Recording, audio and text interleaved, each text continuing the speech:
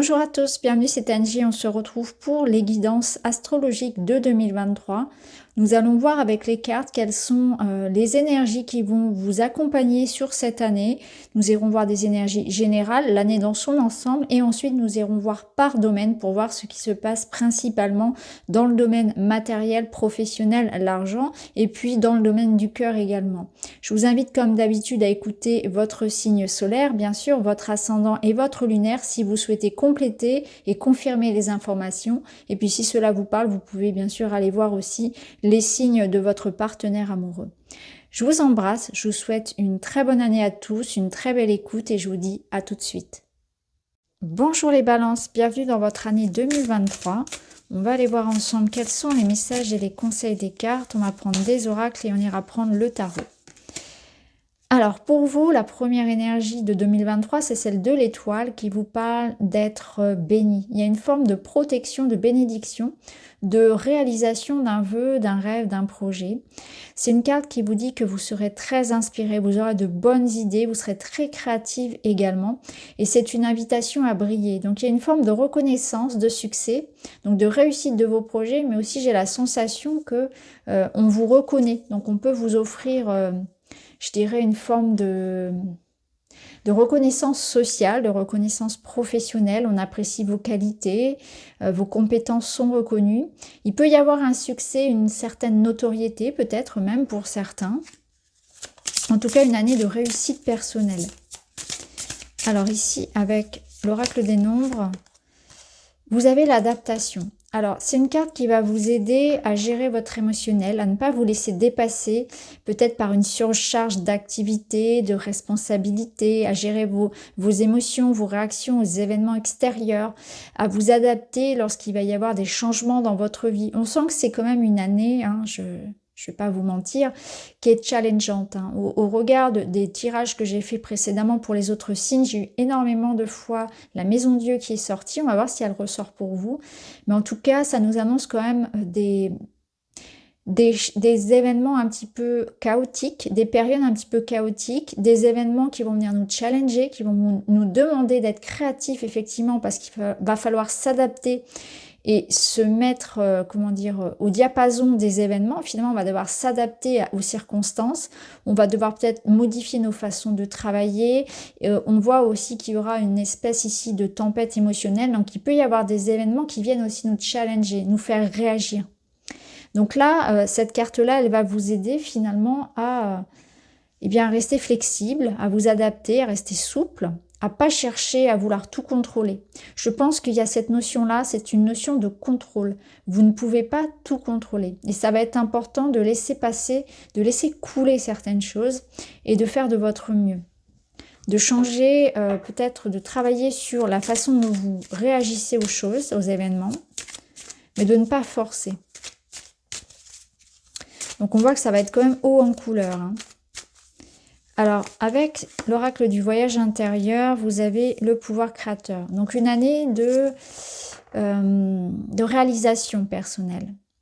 Donc, ça rejoint ce qu'on avait ici. On voit bien que c'est une année où vous allez pouvoir créer ce que vous voulez, manifester votre rêve, votre projet.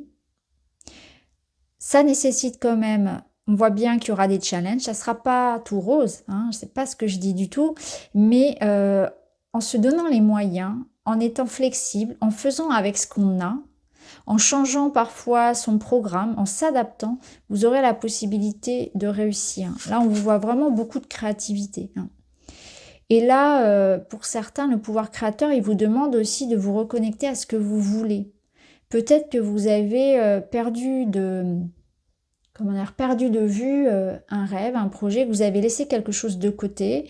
Peut-être que vous manquez un petit peu d'idées, vous êtes un peu perdu par rapport à ce que vous aimeriez faire de votre vie, ou là où vous aimeriez habiter, là où vous aimeriez peut-être travailler dans tel ou tel domaine. Vous sentez peut-être un petit peu perdu dans un domaine ou de manière plus générale.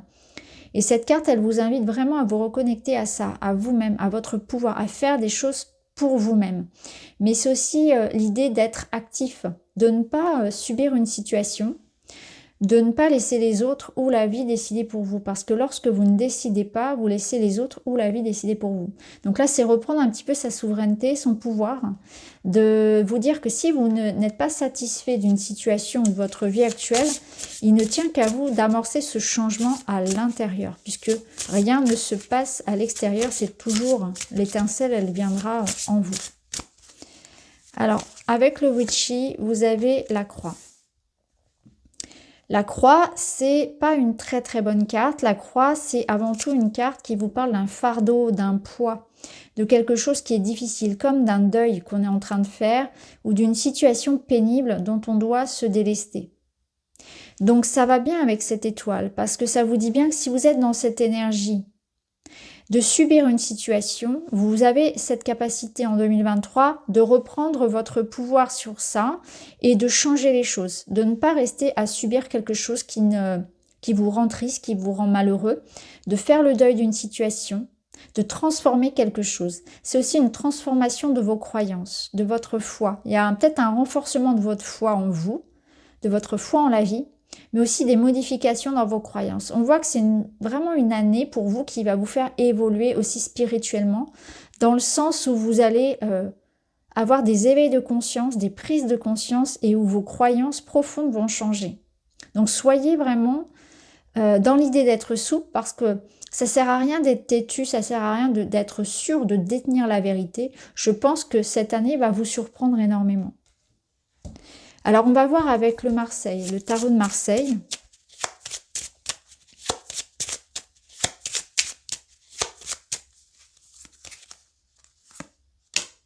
Vous avez l'énergie du pendu qui vous dit bien que dans une situation, il faudra peut-être changer son fusil d'épaule, regarder les choses autrement. Ça peut nous parler d'un blocage. Il y a quelque chose dans votre vie qui est bloquant, qui est sclérosant, que vous savez déjà que vous devez libérer, ou peut-être que ça reste encore un petit peu inconscient. Il va falloir vraiment s'en occuper. Ici, il y a une notion peut-être de rester dans une situation insatisfaisante, de s'auto-sacrifier, de s'auto-saboter. Donc on va voir un petit peu comment ça résonnera. Tout à l'heure, on va le recouvrir. On a le diable, donc on voit qu'il y a quelque chose de toxique ici, quelque chose qui a une emprise sur vous. Ça peut être des peurs, ça peut être des croyances, ça peut être quelqu'un, ça peut être une relation, une situation qui voilà, vous empêche d'avancer et d'être libre. Donc il y a un travail sur les addictions, sur quelque chose qui est toxique, qui a une emprise, une forme d'emprise sur vous. C'est une libération que vous devez faire. Et on a le monde derrière, donc on voit bien que vous allez réussir. Alors il peut y avoir une certaine forme ici avec le monde de voyage. Peut-être que ça peut être l'idée de clôturer quelque chose, de mettre un terme à quelque chose de toxique pour vous et qui vous empêche. Donc vous mettez un terme à des blocages. Vous tournez, pour moi, vous allez vraiment vers quelque chose qui vous permet de mettre un terme à ça, à ce fardeau, cette croix. C'est ce que je ressens ici avec ces deux cartes-là. Quelque chose qui est lourd pour vous et dans lequel vous vous sentez coincé. Et là, avec le monde, on a cette idée que vous allez pouvoir bouger, évoluer, de liberté. Il y a une notion de liberté dans le monde, d'être soi, liberté d'avancer, de voyager, de bouger, d'évoluer. C'est une fin heureuse pour vous, en fait, par rapport à ce qui vous bloquait ici. Alors, on va les recouvrir, ces cartes. On va mettre un tarot Rider-Waite.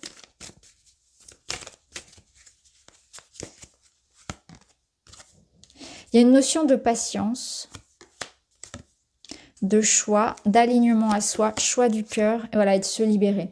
Donc il y a un travail aussi qui est très intérieur parce que le 8 d'épée, il vous parle d'un manque de confiance, d'avoir l'impression d'être coincé, hein, comme le diable, je dirais, alors que pas du tout.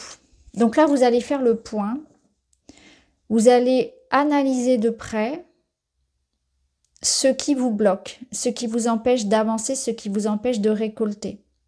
Il y a un choix aussi qui va vous aider à ça. Ce choix, ça va être le choix du cœur.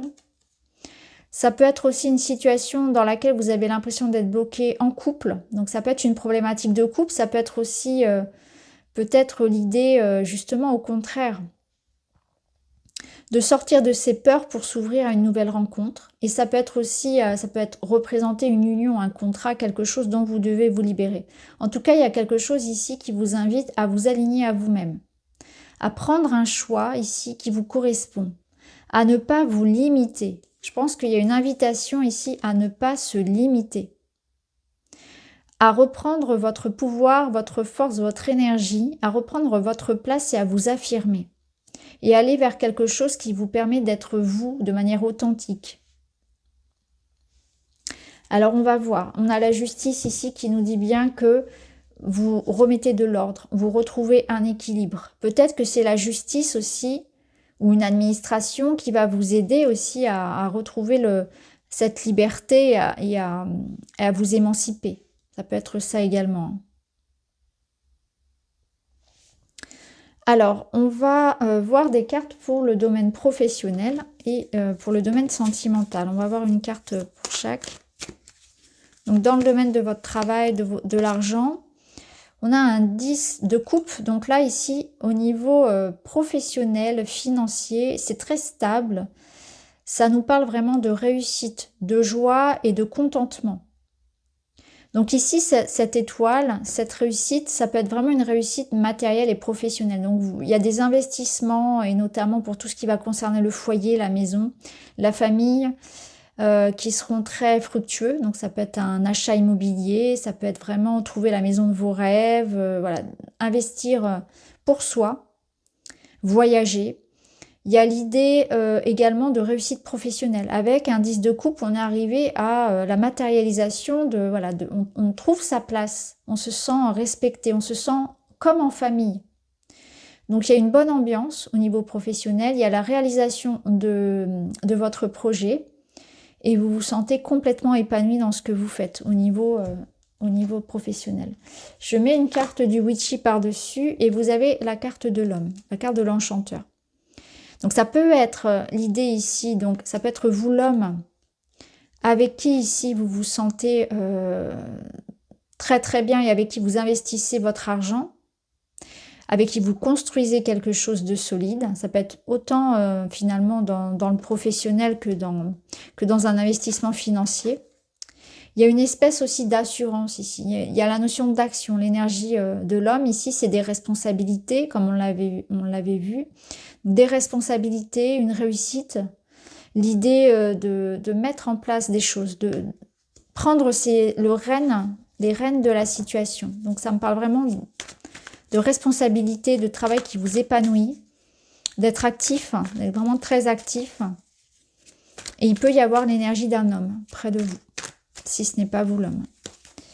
Alors, au niveau sentimental et relationnel, vous avez le 3 de coupe. Alors, le 3 de coupe, il est un petit peu à double tranchant. Il peut tout à fait nous parler de joie, d'amitié, de partage, mais il peut nous parler aussi d'une énergie tierce qui vient dans le couple. Donc, ça peut être aussi une tierce ici.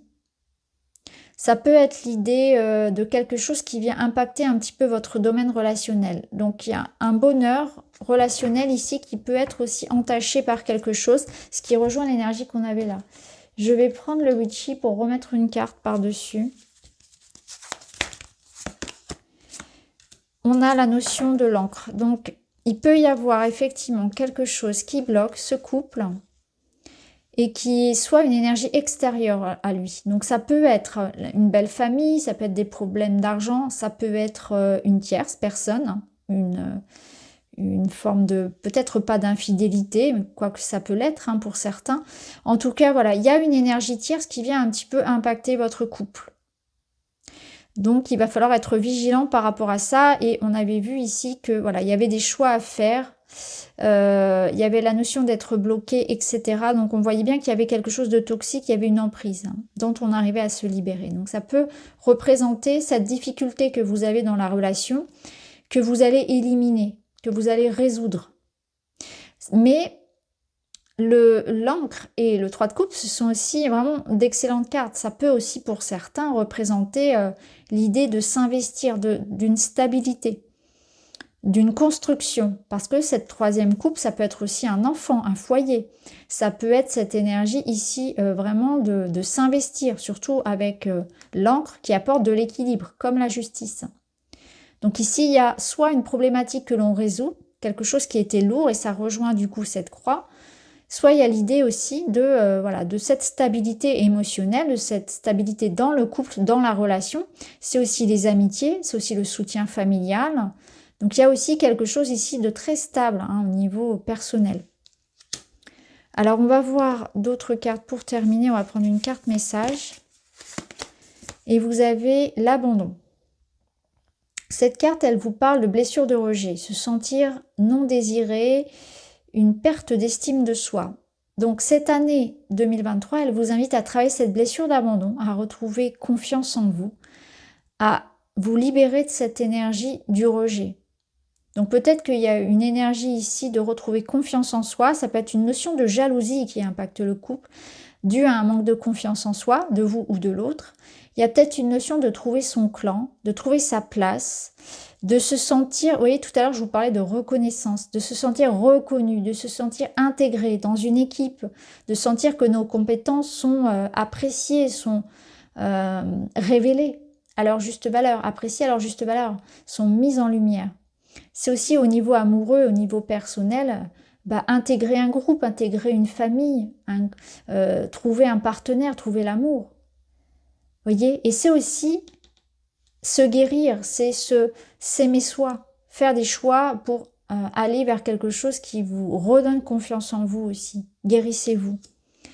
Alors, un petit message pour terminer les balances. Le corbeau. Je crois en ma magie personnelle et je la mets au service des autres. Vous avez quelque chose à offrir aux autres. Et c'est vraiment cette notion de confiance, effectivement. Votre magie personnelle, elle peut faire des miracles. Donc il y a quelque chose qui est révélé en vous, que vous allez offrir aux autres et qui va être remarqué, remarquable.